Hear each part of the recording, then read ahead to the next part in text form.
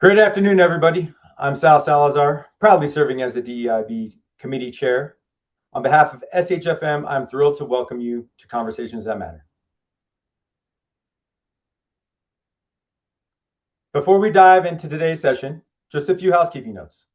Please take a moment to drop a friendly hello to your fellow colleagues in the chat. This session is being recorded so it can be played on demand. It will be available early next week on SHFM's website on their YouTube channel. You may submit questions using the Q&A box during today's session at any time. The insights today are shared by experts on the panel. Their professional opinions and should not be interpreted as official positions or directives from their organizations they represent or SHFM. So before we begin, we'd like to acknowledge that today's discussion includes topics related to mental health, burnout, stress, emotional well-being, and we recognize that these subjects may be a little sensitive for some individuals. So please take care of yourself in whatever way feels best for you, including stepping away if you have to. We also want to note that the perspectives shared today are based on the speaker's professional and lived experiences within the hospitality industry. None of our speakers are licensed mental health professionals, and this session is intended for educational and informational purposes only. Now, we do have some upcoming events that I'd like to share. Our next virtual event is our client roundtable on August 7th. Awesome North Texas local on August 27th at Putt Shack. A Charlotte local on September 17th. A recently added Northern California local event on October 22nd. And the SHFM Foundation Gala in New York on November 9th.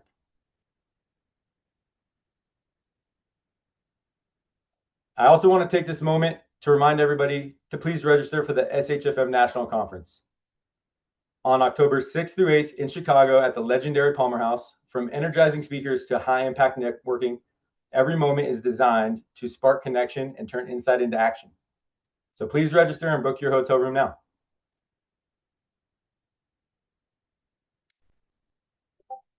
Now, I'd like to get right into today's session, and it is my pleasure to introduce Sandy Edwards, Vice President of Operations, Restaurant Associates at JP Morgan, to start our conversation. Over to you, Sandy. Thank you, Sal. Thank you for having me today. Today we're going to talk about mental health. And before I begin, I want to share why this topic is so personal to me. So for a long time, mental health was something I didn't talk about. Not because it wasn't affecting my life, but because I was ashamed of it. I grew up as an immigrant kid, and my dad had schizophrenia. So as a child, I didn't really understand what that meant, but I just knew that our life was different from everyone else's. I remember one day my dad took me downtown. This is, I had just come from Korea, didn't really know and understand anything, but he took me downtown to the NBC Tower. And as a young kid, I thought it was just this, fun adventure that I was going on with my dad. But what I didn't realize at the time is that he wanted to talk to people at NBC because he believed Johnny Carson was speaking directly to him through the television. And again, at that age, I didn't understand what was happening. I was just excited to be there. But as I got older, things became harder to ignore. There was several years of watching him argue with the television, argue with no one else, just screaming, and just live in a reality that was different from everyone around him.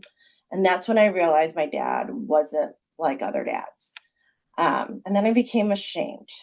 So I was embarrassed to talk to people about what was happening at home. I didn't tell my friends. I didn't ask for help. I didn't have any support, nor did I speak English very well. Instead, I just carried it myself. But what hurt the most was home. The place that's supposed to feel the most safe became a place I didn't want to be. So my solution was to run. And I ran from the house. I ran from difficult conversations. I ran from uncomfortable situations. And I ran from basically anything that felt overwhelming. As a child, that coping mechanism helped me survive. However, as an adult, it became a crutch. I realized that I spent many years hiding, avoiding, being in the background, carrying shame, and I just never really learned healthy ways to process difficult emotions and difficult situations. And so, oftentimes I wonder how things might be different if mental health had been something easily and openly spoken about. If I felt safe enough to people to tell them what was happening, if I understood there was nothing shameful about my dad's illness. And the truth is, my dad wasn't the problem, the stigma was, the silence was, and the feeling that I had to hide that part of my life because I was afraid of how people would react or, see me in a different light. And that was a burden. It took me many, many years to recognize how deeply that experience shaped me. And it took me even longer to change that. Today, instead of running from difficult situations, I face them. If you know anything about me, I hate public speaking. I really wanted to say no to opening up here. But as you see now, here I am. I've learned that leaning into challenges is always where growth is. The things I used to avoid now are often things that I embrace. And so, yeah, here I am. There's something incredibly empowering about facing a problem head on, taking control of what you can control and working through it, not just for yourself, but for the people around you. And that's why conversations like this matter. Because no one should have to carry their struggles in silence, and no one should feel ashamed to ask for help. And no family should feel like mental illness is something that has to be hidden. So the more openly we talk about mental health, the more we normalize it. And the more we normalize it, the more likely that someone who is struggling will realize they're not alone. So if sharing my story helps one person talk more openly about the journey, then it's worth it. So thank you for listening. And now I will pass it back to Saul to get the real conversation started.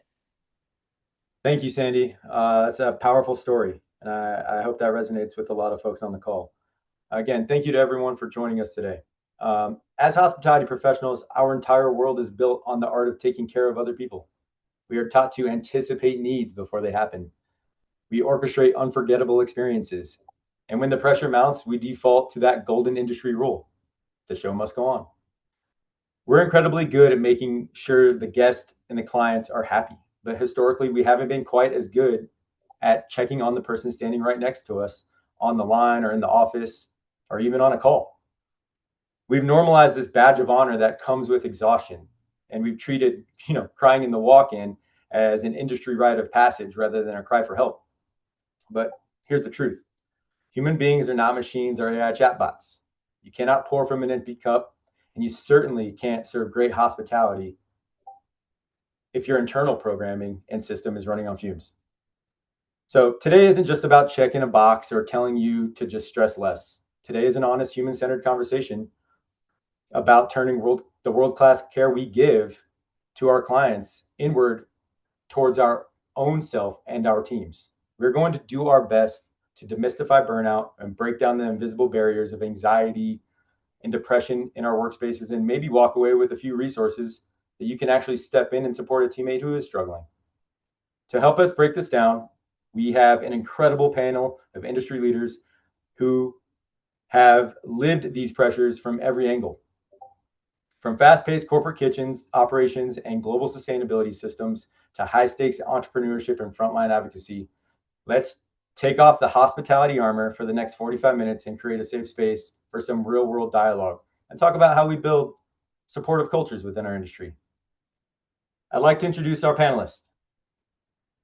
Starting with Cece, we're going to use the Who check-in framework. In hospitality, we introduce ourselves by our title first and our humanity second. So we're going to flip that. Cece, take it away. Hey guys, what's going on? I am Cece Andrews. So for how I like to recharge, just a couple of basics. I will try and like pick an activity where I can kind of just turn my brain off and clear my mind of any noise that I have going on. So it sounds silly, but it could be something like doing yard work and putting on some of my favorite jams, taking a nap with my dogs. I don't necessarily do hot girl walks, but I do enjoy a coffee walk, whether it's around work campus or really just getting out of the house just to grab myself a cup of coffee, even though I can absolutely make it at home. Just those kinds of things that can help me reset and recalibrate to continue on with my day. I would say my second thing is I go to therapy. So if I really feel like I'm having a tough moment or a bad day, or there's just that extra session that maybe I need to get in, I have a good enough relationship with my therapist that I just text. And for me, because I have that good relationship, it helps a lot. And that's kind of like one of my best ways to recharge. And then lastly, my operational role. I am on the client side now, so I'm Midwest Kitchen Operations Manager for Andrel Industries. Awesome. Thank you, Cece. And transitioning over to Anna, who are you, how you recharge, and your operational role? Great. Thank you. I'm Anna Bobot, and I recharge by squeezing in yoga as much as I can, which is not as often as I would like, but it definitely helps to reset all the things and to be off a device and to be in my own mind and also move my body in a way that is beneficial for many reasons. And another way I love to recharge is to be outside in the sun, ideally walking my dog. And I'm very fortunate to live in beautiful Santa Cruz, California. So I get to go on really long walks and smell the ocean air, and that definitely helps me recharge. And my operational role, I'm a senior associate at Supply Change. And while I'm no longer deep in the trenches of the kitchens, I still get to support chefs and hospitality leaders in procurement and sustainable procurement world. So I'm loving that new chapter. Thank you. Amazing. And Brian? Hi everyone, I am Brian Goldberg, and how I recharge is mostly swimming. I swim almost every morning. That's what gets me up out of bed, and try not to look at the device and just head straight to the pool. Swim with a group of people, small little masters team, and getting in the water. Just kind of as soon as you get in the water, it just kind of washes everything off, really, like mentally and physically. And try to get a good workout in, get the heart rate up, and burn enough calories so it's makes it feel worth it. And at the end, I usually do a cold plunge for a few minutes. That's become a major thing for me the last year or two. And then after that, it just sets the day up right. No matter kind of what's going on, I feel just a lot more grounded when I get into work and start calls or emails or thinking or whatever it is. It's a massive difference for me getting a workout in and getting wet in the morning. And that's even if I can't swim, I'll take a cold shower, and at least go for a walk. So that's my main daily thing. And then as stress builds up over time, of course, on the weekends, it's usually nature. Even if it's just going to Central Park. I live in the city, in New York City, and being under a tree, under a shady tree, for me is like the best, or getting out of the city and sometimes seeing family as well, whether it's my cousins upstate or my dad down in Florida. Nature and family is definitely a real part of recharge. Um, and then my role is I'm the founder and chief growth officer of Mr. Bing Foods. We're a line of Asian street sauces, mostly known for chili crisp, but other things. And we used to be a restaurant chain in Hong Kong and New York, and worked with a lot of people on this call with our Chinese street food pop-up stations. So that's Awesome, Brian. Thank you so much. And Josh, off to you. Thank you so much. So, unlike our other panelist, my heart rate stays elevated enough that I do not seek out exercise for relaxation. It has the opposite effect. And I'm more of an indoorsy guy. So for me, I have an 11 and a 12-year old at home. So I actually try to recenter myself after years in the kitchen. I don't cook as much as I used to. So I spend time trying to teach them skills, help them learn how to cook, grow their palates. And then when that inevitably backfires because they haven't worked in kitchens for decades and they don't have the same sense of urgency that I expect, and I need to decompress from that. I also do some different crafting, textile arts, sewing, quilting, things like that. It really helps me center, ground myself, focus on something that I can accomplish, and it's a great tool and resource that I've been using over the last few years. Awesome. And what do you do, Chef Josh? Oh yeah, sorry about that. So I am the director of dining services for Stratford Academy, which is a part of Flick Independent School Dining with Compass Group, and I'm also a North American ambassador for the Burnt Chef Project. Amazing. Well, thank you. It's great to have all of you. So let's start with something fundamental that matters, on the floor, in the office, or in the back rooms: burnout. So burnout is like a buzzword, but in the trenches of food service and supply chains, it looks different. Cece, how do you professionally define burnout, and what do the early stages look like before it becomes a full-blown crisis? Yeah, so I can kind of recognize burnout at least now.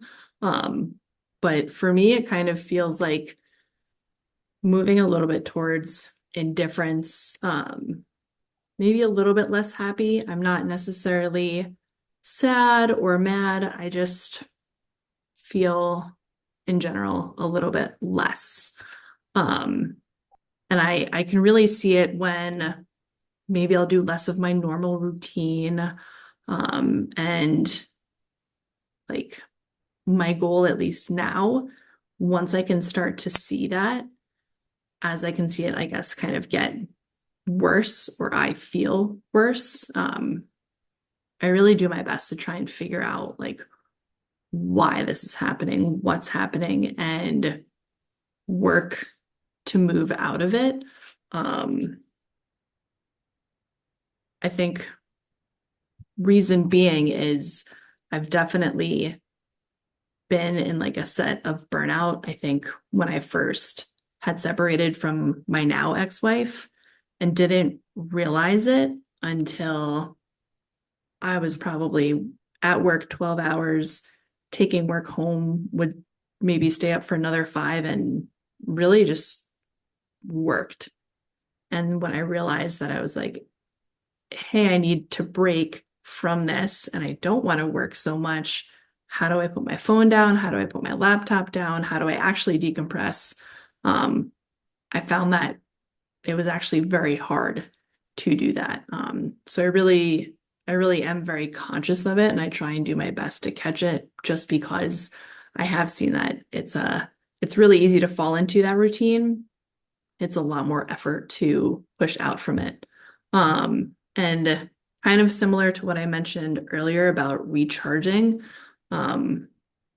I really just I try and do my best to work on it in therapy. And like I get it, therapy is like can be tough. It's definitely an extra bill that you have. And it's not exciting when you can't find like a therapist that you can mesh with. But when you can, or like just if you can, I definitely would encourage you to not necessarily give up that search to find somebody that will really help you with that. But yeah, I do my best to really address it head on. And then of course be as honest as possible with myself. That's not something I was always really great at. And I think a lot of us are probably guilty of, kind of like what you said, that fake it till you make it, the show must go on. I think it works for a lot of things. I think for mental health, it does not. Yeah, that's huge. I think you sharing that with us, I know a lot of people on this call, it'll resonate with them because that's real and that's raw. I mean, burnout can be many different things. Anna, how in your kind of space and throughout your career, how could you share some examples of burnout? Yeah, I mean, it shows up in so many different ways. I mean, physically, mentally, emotionally, avoidance, not being excited about going to work. Personally, I am one of those show must go on for sure. I think we most of us in hospitality are. But eventually you're burning the candle from both ends. I did that in college. I had like, waitressing, catering, all the things on the side, sleeping 4 hours, and meanwhile recovering from an eating disorder too. And then post college, working in B&I food service, also fried my body. So, like working long hours, commuting, not sleeping enough. So, yeah, all that chronic stress ultimately affected me physically. Yeah, so I think it's just having the ability to recognize that, oh, something is happening. My body is trying to tell me something. Ideally, you can recognize it before it gets to that point, and try to get a break. I mean, when I had a global role and crazy schedule for meetings and two little kids at home and commuting and all these things, I ended up taking a mental health leave because it was just too much. And that was what I needed in that moment, in that chapter of my life. I like to look at it. Different chapters have different needs. And so just trying to be more in tune with how you're feeling, what's happening, and setting a boundary and taking the time that you need. I love that you had the option to take like a mental health leave. I think that that's really important, and we'll touch on that a little bit later. Josh, Chef Josh, as you're in this corporate executive chef world and you're in uh, institutional dining, like what are some burnouts? What examples can you give for burnouts that you've seen throughout your career, and maybe lean into the Burnt Chef project a little bit, and maybe some of the things you've helped them with. Absolutely. So, I mean, I think one of the biggest misconceptions that we have about burnout is it's just being tired. We all get tired. I've been tired since, I don't know, 2012. But burnout's different. To me, burnout, it's not about weakness, it's about depletion. It happens when people that genuinely love what they do slowly lose that capacity to care because we've just been giving so much of ourselves for so long. Through my work with Burnt Chef and different roles I've had with Compass, through both Flick and with Morrison Healthcare, I've learned that burnout, really never happens overnight. It's a slow drift, a slow fade. A few people asked about seeing things in frontline staff. I think the early signs are often behavioral. The person who was always engaged becomes quiet. Someone who took pride in every detail starts making mistakes that aren't like them, start being withdrawn, irritable, or just stop caring about stuff they once loved. And I'll give you an example. Uh, I've had a few associates that have worked with me, different accounts over the years. And I take pride in the fact that they've wanted to kind of come along with me over the years. But one of the folks that I've had with me for a while, I noticed it was about 2 years ago. It was September, October in Georgia, still very hot. And this guy was working our pizza station, and I noticed one day he had on long sleeves under his short sleeve chef coat, and I thought it's an interesting style choice. And I kind of just made a note. Next day came back, same thing, and I was like, all right, I am. I had to dry off when I got to the back door. Like it is way too hot for this. What's going on? Third day, same thing. So I pulled him into the office, and I've known him for a while. We have a good rapport. And I said, hey, I don't know what's going on. You don't have to talk to me. I completely get that. But I just wanted to let you know that these are some things that I've dealt with over the years. These are things that I've seen, issues that I've dealt with. addiction, mental health issues, um, recovery, all sorts of things. And I just want to let you know that I'm here if you want to talk about any of those things. I didn't tell him why I was asking those questions. I said my door is always open, even if it's closed. You're more than welcome to come in. And he admitted at that point that he had been struggling for a couple months with his doctors trying to find, a right kind of medication regimen, and it was not working, and things were getting worse. And he had ended up actually started self-harming himself, which is why he was wearing those sleeves. So we had to talk about it, and it was not a boss employee conversation at that point. It was just person to person, human to human talking, and then we figured out what we were going to be able to do. We had resources available through our EAP. I directed him to Burnt Chef resources to help bolster that up. And then I asked him if he wanted to keep wearing a long sleeve shirt. And he said, no, I really don't want to. So we got him actually some cool burn sleeves that he was able to wear to cover those up while they healed. But I think one of the things that I've tried to live by and that I try to show other leaders is that you don't just manage by performance. You need to know your people. If you know who someone is, how they work, then you're going to be able to recognize when those people start to become someone that they're not. And I Yeah. think that's really where leadership can help make a difference for us. People don't burn out because they stop caring. They burn out because, like I mentioned, we care deeply for so long, and without somebody really asking how we're doing and actually wanting a response. You nailed that. That context is really important. Hospitality professionals, they love the work, but burnout has become the primary force that's pushing people out, more so than compensation at this point, believe it or not. So burnout has topped many lists for the reasons for leaving the industry across front, back of the house, culinary admin, at every stage of the career in the industry.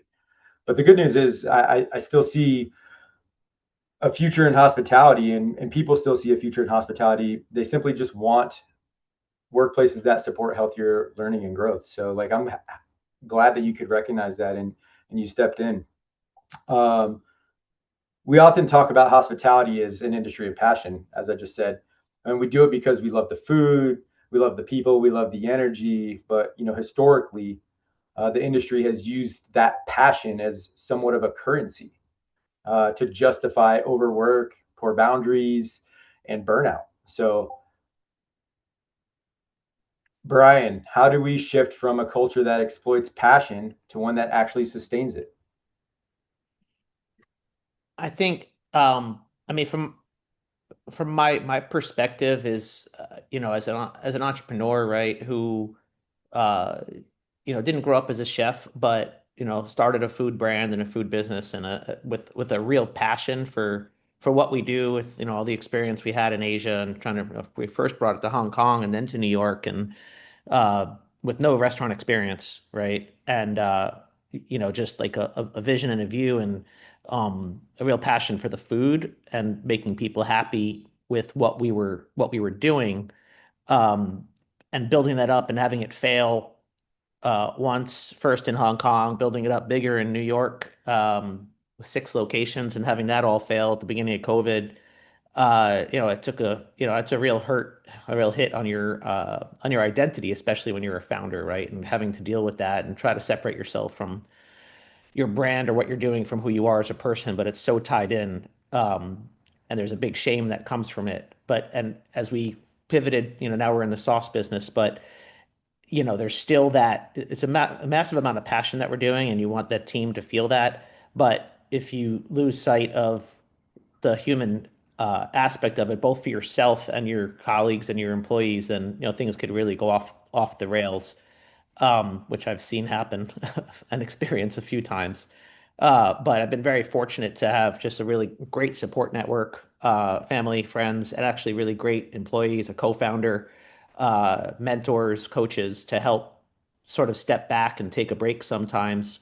For me, it's always go, go, go, right? There's so much passion in what we do or what I do, that sometimes you just like you realize that you don't have a work-life balance, um, and you start to suddenly realize you're missing out on some other things in life, And it often takes like your colleagues, your employees, maybe even to say things or for certain things to happen, to try to give you perspective before it's too late.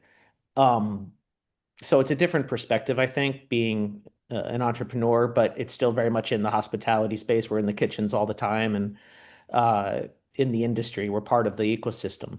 But I think it's to answer the question, it's really feedback and trying to be open and listen and have awareness of, I mean, yourself when you start to feel you're just like running off the rails, or you're getting disorganized, or you're not feeling what's happening around you, and then being fortunate to listen to people around you to give you those hints, and sometimes really forceful hints to take a step back. Yeah. I love the vulnerability, man. Like going back to our conversation, our phone conversation a couple weeks back, maybe 6 weeks back, we talked on the phone for about an hour. Like all the energy that you bring and the life experiences you have, like, man, I can't wait to read that book. I really cannot wait. Anna, like, what are some examples for you? Like, how do we shift from a culture that exploits passion to one that actually sustains it? Yeah, I mean, I think that, oh, can you hear me? Yes. I think it's leadership. We need good leadership, when you're working with teams. And it's up to managers and leaders to create space where employees feel that they can speak up or have open and honest conversations and be able to advocate for themselves. And that in itself will help create good culture, and good culture breeds happy people. I think that we should focus on creating an environment where people want to come to work. And that in itself, like, happy people, happy teams, excellent product or whatever they're putting out, they do it with pride. So yeah, that's kind of what I'm leaning towards. And, one of my favorite quotes from Simon Sinek is we are not victims of our situation, we are the architects of it. And so you are one piece of a larger puzzle, but you can speak up, you can advocate for yourself. And as a manager, you can create that architecture that creates a really good environment and culture. That's amazing. I'm a very big proponent of take care of yourself, take care of each other. Like huge. Cece, sliding into some of your work experiences, what are some of the things that you've seen that we can do to shift from that culture that exploits that passion? Because, I know a little bit about you, not everybody does, but how you got to corporate dining and where you're at now, you've probably, had some currency, some passion as currency. A little bit. Yeah. I definitely agree with what like Brian and Anna have kind of touched upon. Like leadership is super important. It's all of the interpersonal connections. It is taking the time to get to know people individually. And I think I think it just also helps that like me personally, I was just never, I think because people like maybe exploited things that I gave and passions that I had, I always kind of saw that as like, I don't want to do the same thing. I want to make sure that like whomever I'm guiding or leading or just is a colleague of mine has all the resources that they could need because I mean, you simply just don't know what you don't know. So why would I take somebody that is super excited to be here and do all this just to work them to the burnt level of burnout and then I lose that? Like, I don't know. It just never really appealed to me. And so I really just kind of I do my best to really lead by example in that direction. And you are not wrong, Sal. Moving from the contractor side to the client side, I think there's definitely that excitement of like, oh, hey, like, what do you love that's so different, or what do you not miss? I don't being here in five months so far, I don't know if I mean, there's small, minute differences. I may not be involved in every operational aspect, but I have, for example, a really passionate chef who I think is very intelligent, is a great leader on the back of house end, and also has to do front of house. And I watch some of his leaders, or rather managers, um, not necessarily give him the guidance that he needs. And is that necessarily my role as client to contractor? Maybe not. Is that who I am as a person and want to see that chef succeed? Will I share information to make sure that his passion is sustainable and then try and maybe also back channel on the contractor end to get him there? Absolutely. I think it it just kind of starts with us leading by example to really get people to say like, it's the whole reason we're here is because we're passionate. So why sit there and kind of exploit it just so that it could go away? Yeah, you're a great steward of the industry, for sure. Those are tricky situations to be in, but I'm happy that you're navigating it, with grace. But we do often talk about, the show must go on. That's like we hear it every day. You grew up hearing it. It's ingrained in us. Uh, but like, is that like a myth, And so I think segueing into our next question is this is a perfect time. The show must go on has been used to like normalize understaffing and overwork forever in this industry. What do we need to change, culturally and operationally, to end that norm? And I'm gonna pass that one to Chef Josh because I really liked his answers a couple weeks ago. Yeah, so I think really it starts with changing what we celebrate. For a long time, we've always celebrated the person who worked the longest, who never called in sick, who skipped family events, who always said yes.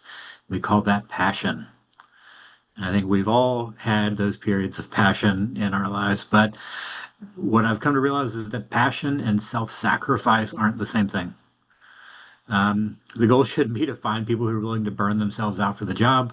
The goal is to create an environment where people can stay passionate for a lifetime. And that starts with us as leaders. But to do that, we have to actually model the behavior ourselves. If I tell my team that family matters, but I'm, answering and sending them emails at midnight every night, are they actually going to believe that I'm doing what I'm saying? Now, I did discover that I can send emails to go later in the morning. So, but just because my work schedule looks a little different, but I mean, I think it means for us, creating a culture where empathy isn't a sign of weakness, where our staff and our teams know that it's okay to ask for help. And like I mentioned earlier, we know our staff and our teams well enough to recognize when someone's struggling when they reach a crisis. I know myself, I'm sure a lot of us in the industry, that's kind of our badge. We're used to being the ones taking care of other people. And when it's us, we're like, we'll just, muddle through it.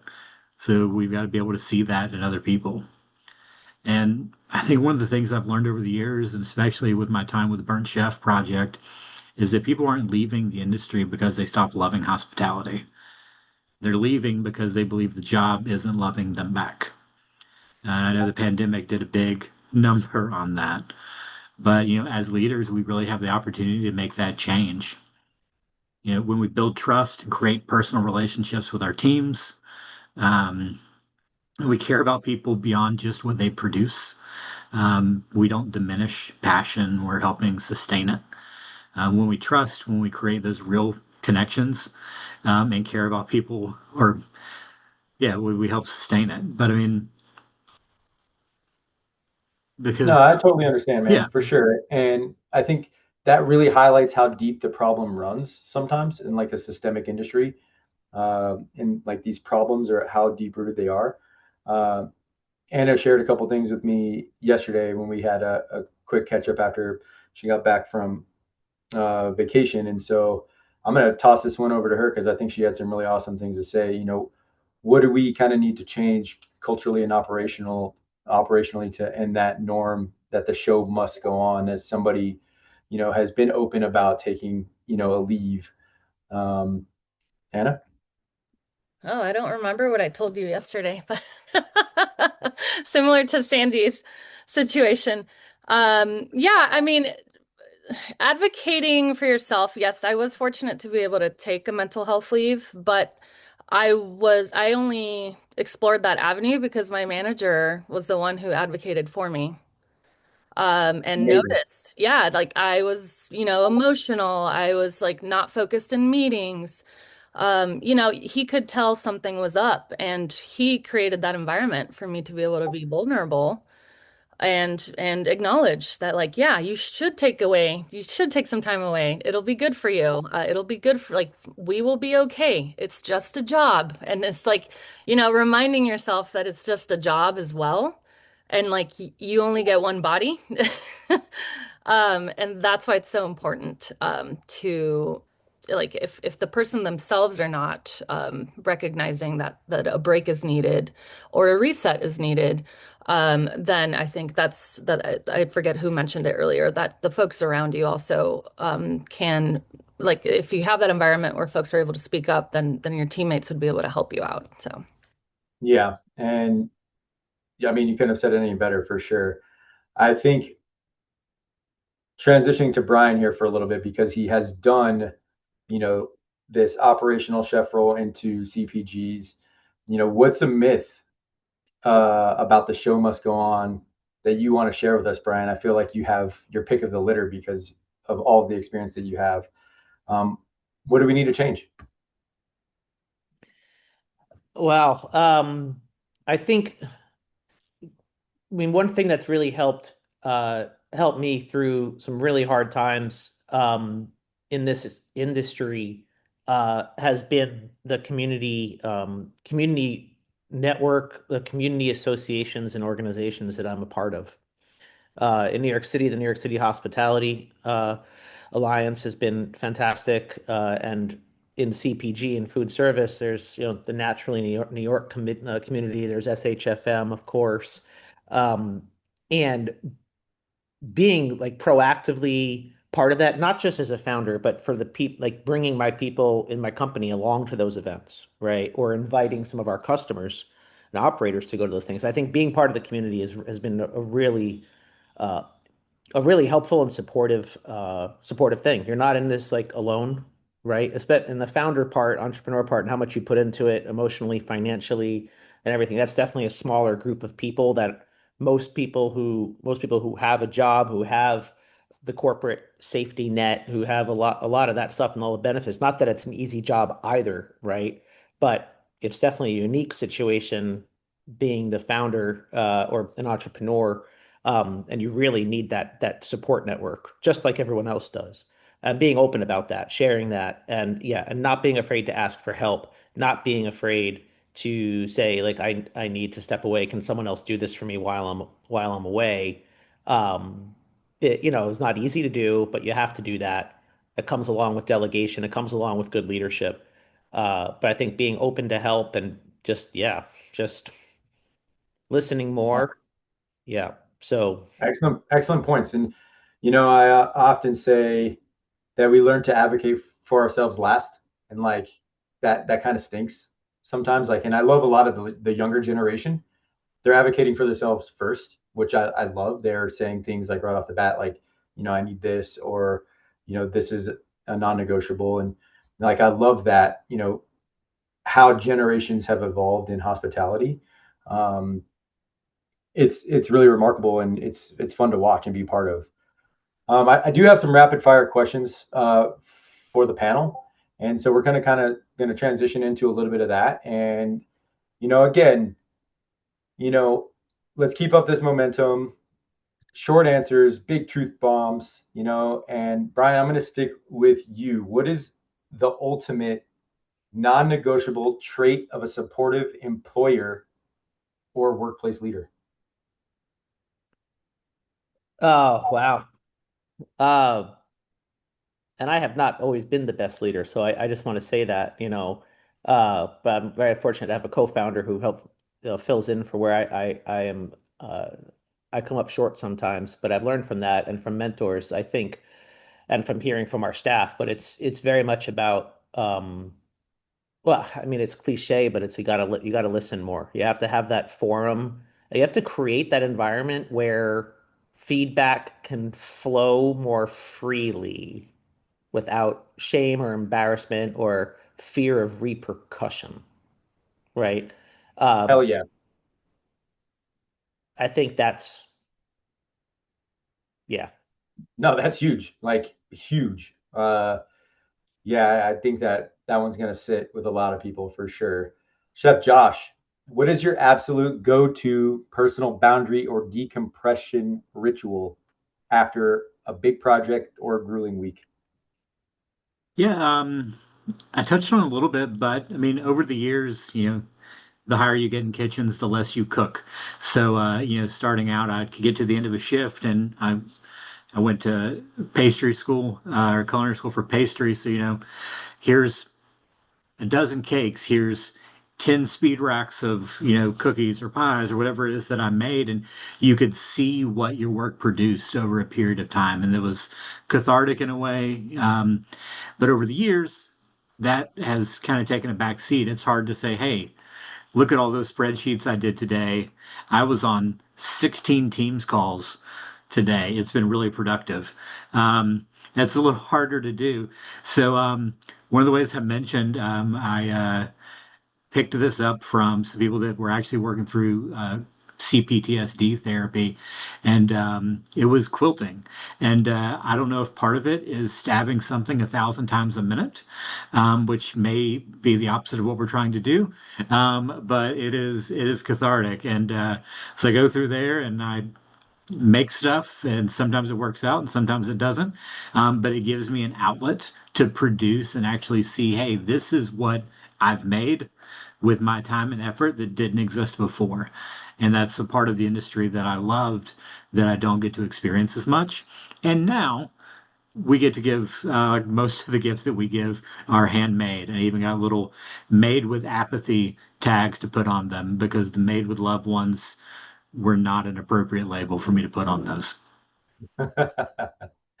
That's awesome. And when you shared that a couple weeks ago, I was I was shocked, but I was also like happy. I was like, that's it. That's what it's all about. And Anna, what would you say your go-to personal boundary or decompression ritual is after a long week?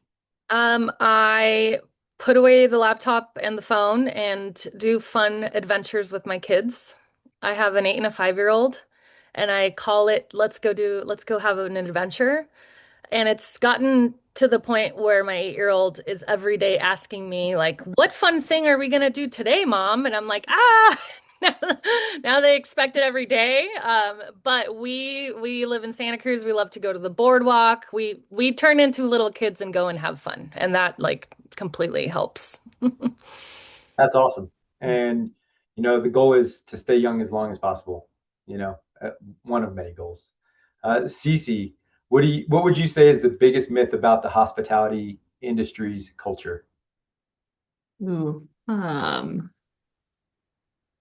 fear.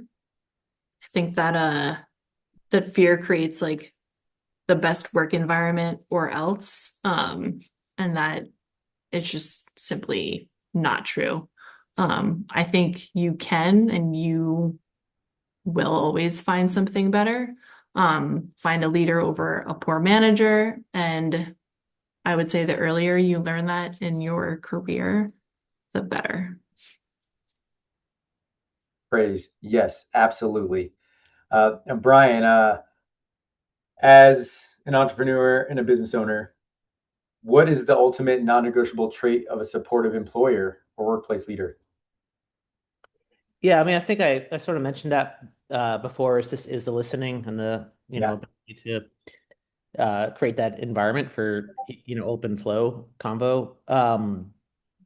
I think that there's also I mean on the other side of that uh, is providing drive to your team to really achieve above and beyond what they think they can achieve, right? And creating that sense of belief in your employees that they can do this, that they have the ability to do whatever it is that your goals are as a company. Um, whether you're an entrepreneur or whether you're a big company. Uh, that is an art, right? To drive people and to get them excited to be, part of the dream, one team, one dream thing, as cliche as it is, like making that really happen without creating that excessive pressure to like force them to do, without making it feel forceful and like a hard thing, a fun thing to do. And that balance is like is a real hard thing to achieve as a leader, right? Sometimes it's easy. Some people find it easy. I think if whatever it is, the company ethos, the brand, the product, the environment, the location, if it all comes together, it's easy actually. But Yeah. oftentimes not. Yeah. And I'll ask the chat and you guys the same question. So everybody listening in, feel free to type your answer in it. At what point in your career did you really start to focus on work-life balance and understand like how important that is? Because I feel like that's one of the last things we're taught to learn, because this is all a learned system, So Josh, when would you say you learned work-life balance? In at what stage in your career you could still be learning it? Theory or practice? Both. I mean, I've known about it for a while, and I remember very distinctly when during the pandemic, I transitioned to our healthcare sector and was running a very large account. I remember having a conversation about what the signs of not having work-life balance were. And I was like, oh, every single one of those. And I think that was really the first time. And I was like, all right, I've got to work on this. And one of the first things that I worked on was transitioning kind of out of that environment because I knew it was always going to be that way.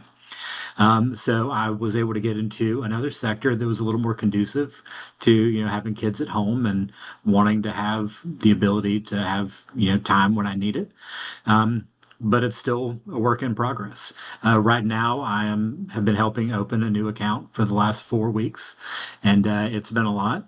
But it's also not something I'm doing every day. In a few weeks, I'll go back to my normal.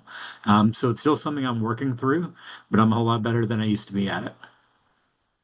Awesome. And that's I think again you've been on point with your vulnerability here. And Anna, we'll close this little section off with you. How At what point did you learn that in like your career? And how would you teach that to someone now? Well, touching on this comment too that was sent to the Q&A. Once I had kids, I couldn't just get up and leave and get into the office by 6:30 like I used to, or get up and just go to the gym. It now had to be a coordination and logistics and planning. And so that was a big wake up call, obviously, and your life changes completely. But not everyone is in the same boat. And so like your life has changed completely, but other folks have their lives happening, right? And work is still happening. So what worked for me was working with like my husband to like be like, okay, I'll do drop-offs every day, you do pickups every day. Like that's just a thing. So now we have a set meeting availability time, we have set working hours. That helps a ton. And but also like blocking off time on your calendar and just put like not available. If you need to do that, you need to do that. Whether it's like to go out for a walk and take some deep breaths, or whether it's to go to the gym for 20 minutes, or whether it's to knit. Like you don't need to explain your need for breathing time if you need it. And so advocate for yourself. And there are ways to do that. Like even setting your working hours on your Google Calendar, that helps too. Yes. So yeah, those are things that have worked for me. And yeah, hope it helps for the new parent who's the folks who are going to be new parents too. Amazing. And with that, I just want to say thank you to the four of you. You're awesome. All of your inputs have been awesome. Working through this process has been super educational, not only for me, but hopefully we can cascade this out to the broader, industry as it is. But I just want to thank you again for spending this hour with us. And, we started today talking about dismantling the show must go on mentality and how sticking up for ourselves should be priority number one. But the truth is, like, the doors will open tomorrow, and the orders are going to come in, and the pace isn't going to magically slow down. But what can change is how we look out for ourselves and how we look out for each other while the show is still running. So it's time we stop waiting for people to hit a breaking point before we offer them a hand, before we hit a breaking point and look for that support. It's time to take that world-class care that we give to our clients and our guests and our people and turn it inwards and give it to ourselves and the people that actually run the show. So I want to give a huge shout out to Sandy, UCC, you, Anna, Brian, and Josh for joining me on this Conversations That Matter. I just want to, again, big round of applause to you four. Thank you so much. Thank you, Sal. Thank you. We'll be sending a recording of this session along with a recap of key takeaways in the coming days. So be sure to watch out for that in your inbox. I guess we'll just kind of quote Simon Sinek, take care of yourself, take care of each other. Thank you.